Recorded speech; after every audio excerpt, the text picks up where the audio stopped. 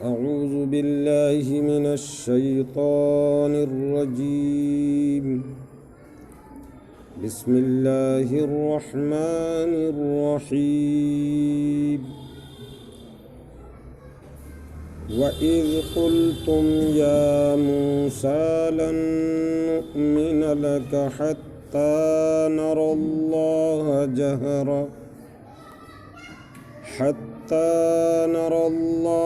جَهْرَةً فَأَخَذَتْكُمُ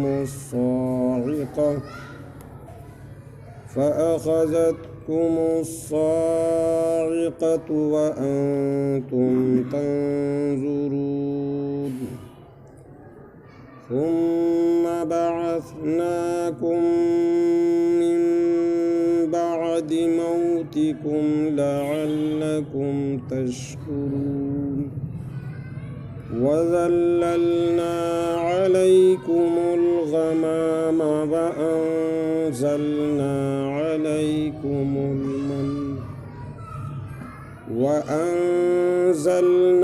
عَلَيْكُمُ الْمَنَّ وَالسَّلْوَىٰ كُلُوا مِن طَيِّبَاتِ مَا رَزَقْنَاكُمْ وَمَا ظَلَمُونَا وَلَكِنْ كَانُوا أَنفُسَهُمْ يَظْلِمُونَ.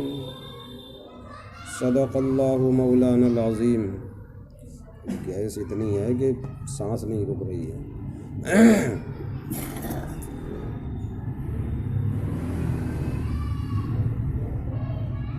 کل کی آخری آیت میں جو بتایا گیا تھا کہ تم نے بچڑے کو معبود بنا کر بہت بڑا ظلم کیا، اب اس کی سزا یہ ہے اور تمہاری توبہ قبول ہوگی جب تم ایک دوسرے کو قتل کرو گے. انہوں نے قتال کیا، جو مر گئے وہ بھی بخش دیے گئے، اور جنہوں نے قتال کیا اس قتال میں جو بچ گئے وہ بھی بخش دیے گئے، کیونکہ یہی ان کی توبہ تھی.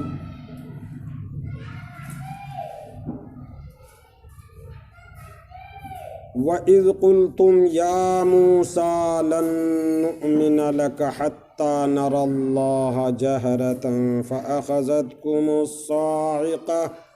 اور یاد کرو جب تم نے کہا تھا. اب اندازہ لگائیں، جسارت کا اندازہ لگائیں. ادھر ایک بار معاف کر دیے گئے، پھر دوسرا گناہ کر لیا. حضرت موسیٰ علیہ السلام کو اتنا پریشان کیا ان بنی اسرائیلیوں نے، بہت پریشان کیا. اور یاد کرو جب تم نے کہا اے موسیٰ لن نؤمن لک، ہم تم پر ہرگز ایمان نہیں لائیں گے، حتی نر اللہ جہرا، جب تک کہ ہم اللہ کو اعلانیہ طور پر نہ دیکھ لیں، حلال اعلان نہ دیکھ لیں، جیسے فیس ٹو فیس دیکھا جاتا ہے. آپ جسارت کا تو اندازہ لگائیں کہ موسیٰ ہم اس وقت تک ہم ایمان نہیں لائیں گے جب تک کہ اللہ کو کھلا نہ دیکھ لیں، جہرا. تو اتنی بڑی جسارت. ارے موسیٰ علیہ السلام نے کہا تھا اللہ کی بارگاہ میں کوہ طور پر، جبکہ دعوت پر بلایا، اللہ نے خود بلایا تھا، تو کہا اے پروردگار میں تجھے دیکھنا چاہتا ہوں، انی اراک، اے اللہ میں تجھے دیکھنا چاہتا ہوں. تو اللہ تعالیٰ نے فرمایا لن ترانی، تو مجھے نہیں دیکھ سکتا، حتیٰ ہاں تو میری تجلی اگر برداشت کی تیرے اندر طاقت ہے تو دیکھ پہاڑ کی طرف، میری تجلی وہاں نازل ہوگی، تو میری تجلی کا تو دیدار کر لے. جب اللہ کی ایک تجلی نازل ہوئی تو پہاڑ سرما بن گیا. وَخَرَّ مُوسَىٰ صَعِقًا، موسیٰ علیہ السلام بے ہوش ہو کر گر گئے. ایک تجلی، صرف ایک تجلی. تو یہ جسارت کر رہے ہیں. موسیٰ علیہ السلام کو اللہ فرما رہا ہے اے موسیٰ تم میرا دیدار نہیں کر سکتے ہو، البتہ تم میری تجلی کا دیدار تو کر لو. تو تجلی کا بھی برداشت، تجلی کو دیکھ کر بھی بے ہوش ہو گئے. اب آپ اندازہ لگائیں. اور یہ ان کی کوئی حیثیت نہیں. وہ کہہ رہے ہیں کہ ہم موسیٰ تم پر اسی وقت ایمان لائیں گے جب ہم اللہ کو اعلانیہ طور پر دیکھ لیں، کھلم کھلا دیکھ لیں. تو جسارت، اتنی بڑی جسارت اللہ تبارک و تعالیٰ نے بجلی کی شکل میں ان پر موت مسلط کر دی. بجلی موت بن کر گری ان پر. فَأَخَذَتْكُمُ الصَّاعِقَةُ، تو موت بن کر بجلی نے انہیں پکڑ لیا. وَأَنْتُمْ تَنْظُرُونَ، اللہ فرما رہا ہے اور تم دیکھ رہے تھے. تمہارے دیکھتے دیکھتے بجلی موت بن کر تم پر گری اور تمہیں پکڑ لیا. کیا مطلب؟ ماتو، تم سب مر گئے، یعنی وہ سب کے سب مر گئے. اب مرنے کے بعد میں آپ دیکھیے اللہ کا کرم دیکھیے. موسیٰ علیہ السلام نے پھر اللہ کی بارگاہ میں التجا کیے، پروردگار تو ان کو معاف کر دے اور ان کو دوبارہ زندہ کر دے. اللہ فرما رہا ہے، آپ اندازہ تو آپ دیکھیے، غور تو کریں ذرا. ثم بعثناکم من بعد موتکم، پھر ہم نے تمہیں دوبارہ زندہ فرمایا تمہارے مر جانے کے بعد. تم تو مر گئے تھے، تمہیں تو مار دیا گیا تھا، صاعقہ نے تمہیں پکڑ لیا، وہ موت بن کر تم پہ گری اور تم سب مر گئے. پھر اللہ کا کرم دیکھو. اللہ یاد دلا رہا ہے اپنے حبیب صلی اللہ علیہ وسلم کے وسیلے سے، اس قرآن کے وسیلے سے مدینے کے یہودیوں کو یاد دلا رہا کہ کتنے احسان کیے اللہ نے، اور تم آج بھی سچائی سے منحرف ہو رہے ہو. تمہارے آباء و اجداد تم موسیٰ علیہ السلام کو پریشان کرتے رہے سب کچھ دیکھنے کے بعد، اور آج قرآن کا نزول ہو رہا ہے اور تمہاری کتابیں بھی تصدیق کر رہی ہیں قرآن کی اور ہماری رسالت کی. کتاب توریت میں ہماری رسالت کا بیان ہے، اور یہ حکم بھی ہے کہ آخری نبی جب آئیں گے اور تب تم ان کا زمانہ جب پاؤ تو ان پر ایمان لے آنا، اور تم حقیقت کو چھپا رہے ہو. تو اللہ اپنے احسانات یاد دلا رہا ہے انہیں تاکہ ایمان لے آئیں وہ. ثم بعثناکم من بعد موتکم لعلکم تشکرون، پھر تمہیں دوبارہ زندہ کیا تمہارے مر جانے کے بعد تاکہ تم شکر گزار ہو جاؤ، شکر کرنے والے ہو جاؤ. اب پھر اللہ ایک مزید احسان جو ان پر فرمایا تھا اللہ نے، اور عظیم احسان تھا، وہ اللہ فرما رہا ہے وَظَلَّلْنَا عَلَيْكُمُ الْغَمَامَ وَأَنزَلْنَا عَلَيْكُمُ الْمَنَّ وَالسَّلْوَىٰ.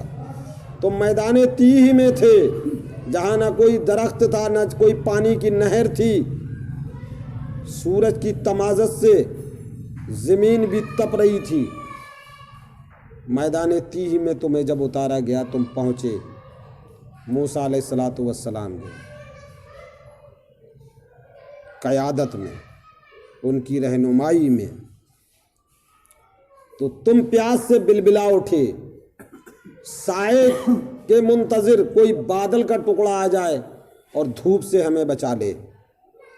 تو موسیٰ علیہ السلام سے، میرے کلیم سے تم ہم کلام تھے، اور ان سے کہہ رہے تھے کہ اپنے رب سے دعا کرو ہمارے اوپر یہ دھوپ کی جو تمازت ہے جو ہم سے برداشت نہیں ہو رہی ہے اور ہم پیاس سے تڑپ رہے ہیں، پانی کا انتظام ہو اور ہمارے اوپر سایہ ہو جائے.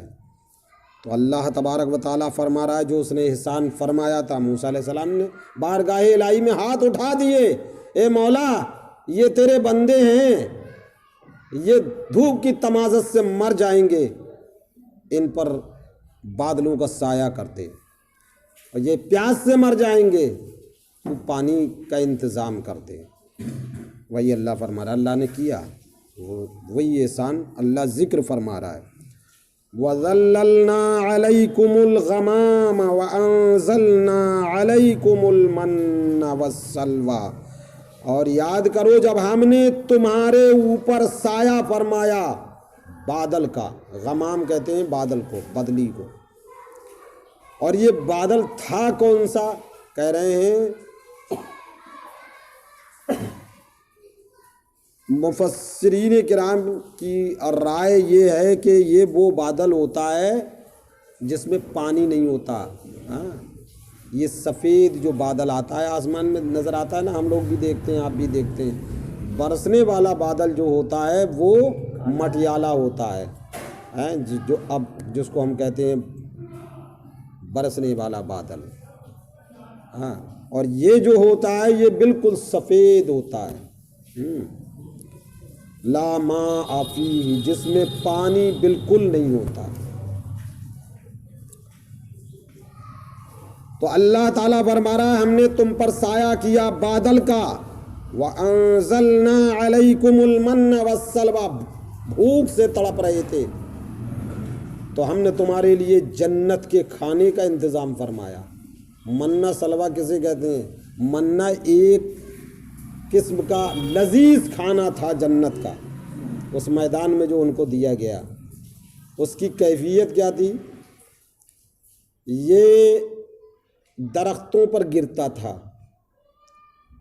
اور اس کے پتوں پہ چھا جاتا تھا، اور یہ اس کو سب اکٹھا کر لیتے، مطلب کھانے کے لیے حکم یہ تھا کہ جو آج تمہاری خوراک ہے، آج کی صرف جو آج نازل ہوا ہے منہ سلوہ، وہ آج ہی تمہیں کھانا ہے، جتنی تمہاری بھوک ہے آج ہی بھر کے لیے کھانا، جمع مت کرنا۔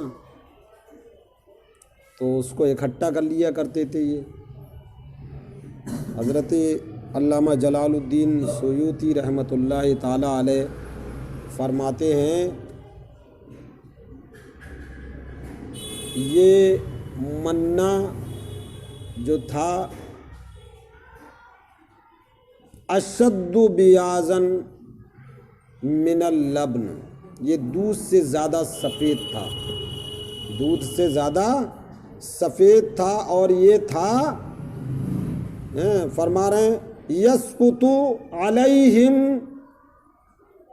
سقوطا من الثلج، کہ وہ ان پر اترتا تھا، نازل ہوتا تھا، گرتا تھا ایسے جیسے برف کے چھوٹے چھوٹے ٹکڑے، ٹوٹے ہوئے ٹکڑے برف کے، اس شکل میں گرتا تھا،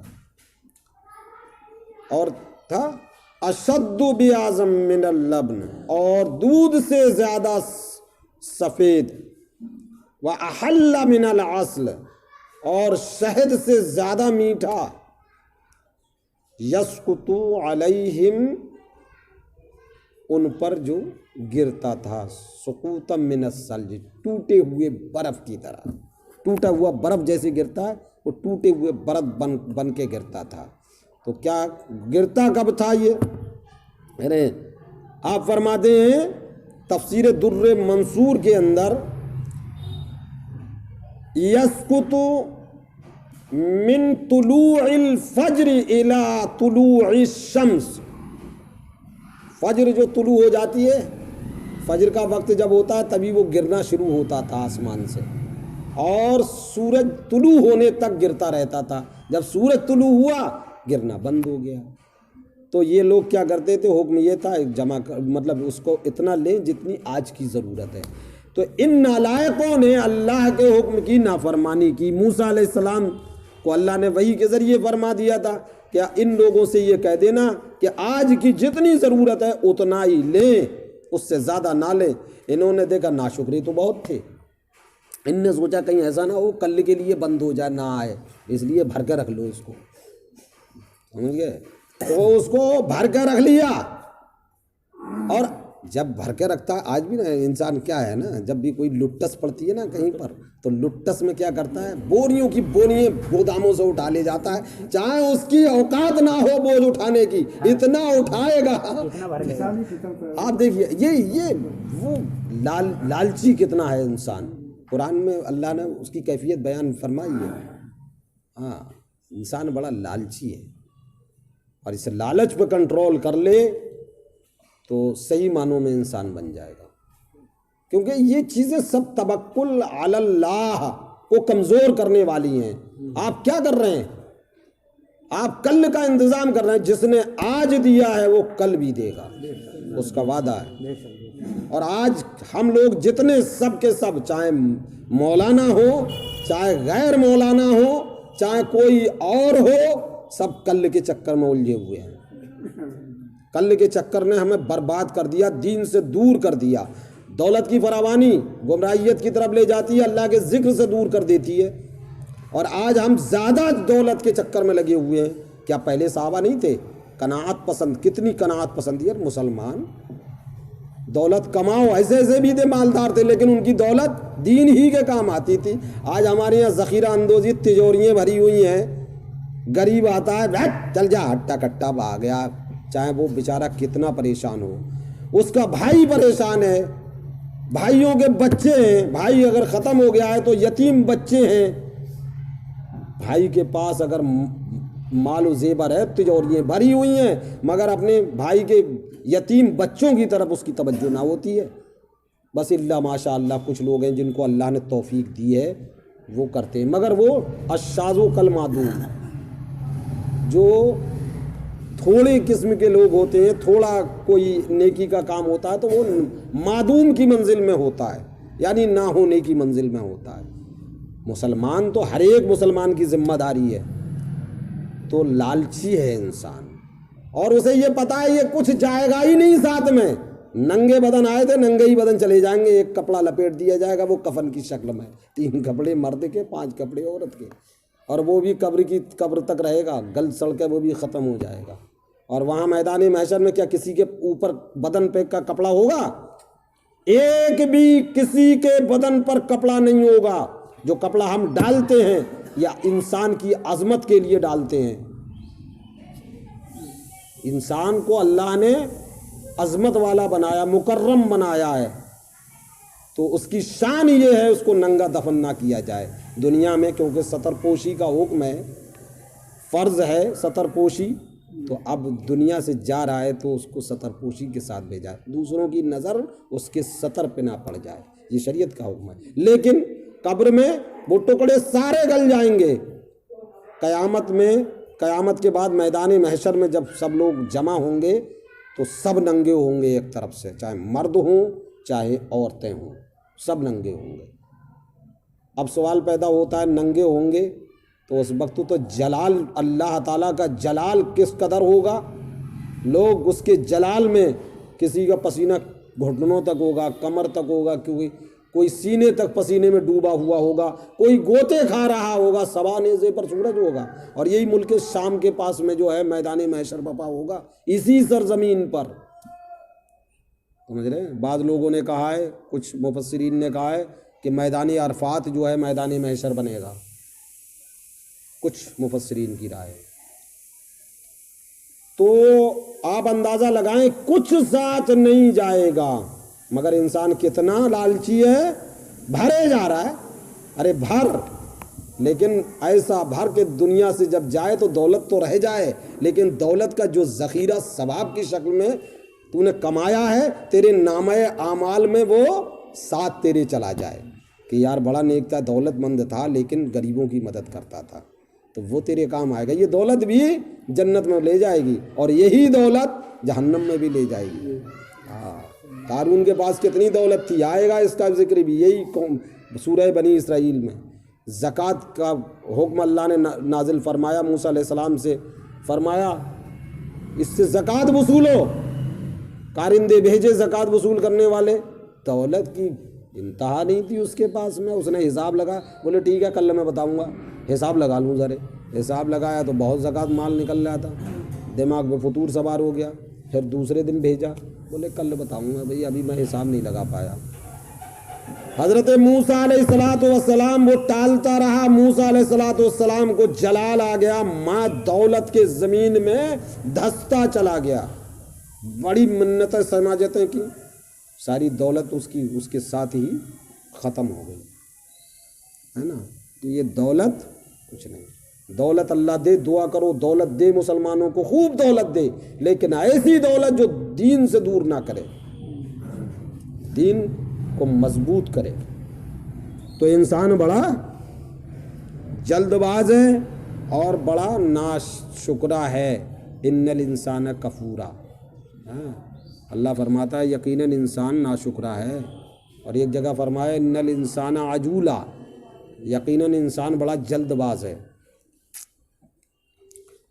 تو اللہ تبارک و تعالیٰ نے تم پر سایہ فرمایا بادل کا، اور تم پر منہ سلوہ نازل فرمایا۔ سلوہ کیا تھا؟ بھنا ہوا مرغ آتا تھا ایک روایت کے مطابق، ایک روایت یہ تھی جھنڈ کا جھنڈ آتا تھا جنت سے پرندوں کا، اور وہ ان کو پکڑ لیتے تھے، آسانی سے ذبح کرتے تھے، بھون کے فرائی کر کے کھاتے تھے۔ بتائیے منہ سلوہ جیسی اس پہ بھی صبر نہ کر پائے، آگے آئے گا کہ ہمیں پیاز ملنا چاہیے، لہسن ملنا چاہیے، ساگ ملنا چاہیے، دال ملنا چاہیے، منہ سلوہ جنت کا کھانا انہیں پسند نہ آیا، کتنے بڑے ناشکرے تھے۔ آپ اندازہ لگائیں، آئے گا اس کا تذکرہ۔ تو اب منہ سلوہ نازل فرمایا اللہ نے، اور فرما دیا کلوا من طیبات ما رزقناکم، تم کھاؤ ستھرا جو تمہیں دیا جا رہا ہے۔ مطلب ستھرے کا مطلب یہاں اس کا مطلب یہ ہے اس کو جمع مت کرو، یہ تو سڑ جائے گا، بس جائے گا، بدبو آ جائے گی، جمع کرنے کی کیا ضرورت، تازہ ہم بھیج رہے ہیں، تم تازہ کھاؤ۔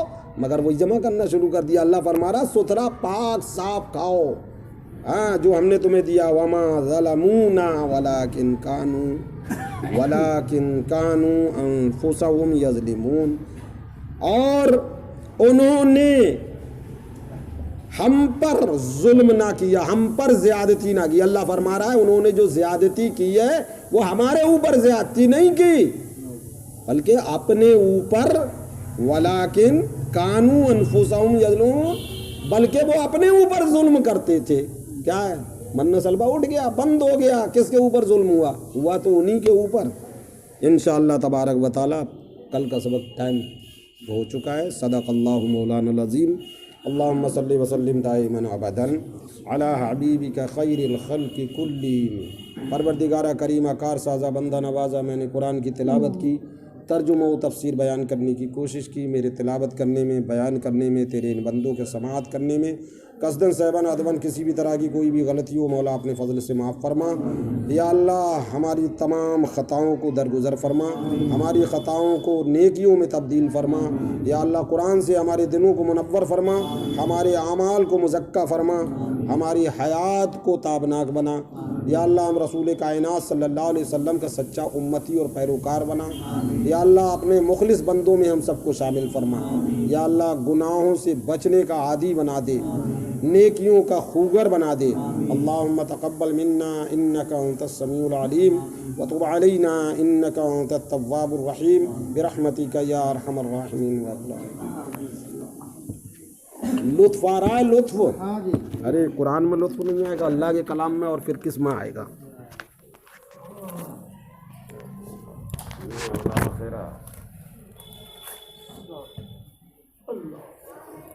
ٹائم کی طرف جلدی ہاتھ چلا جاتا ہے۔ نہیں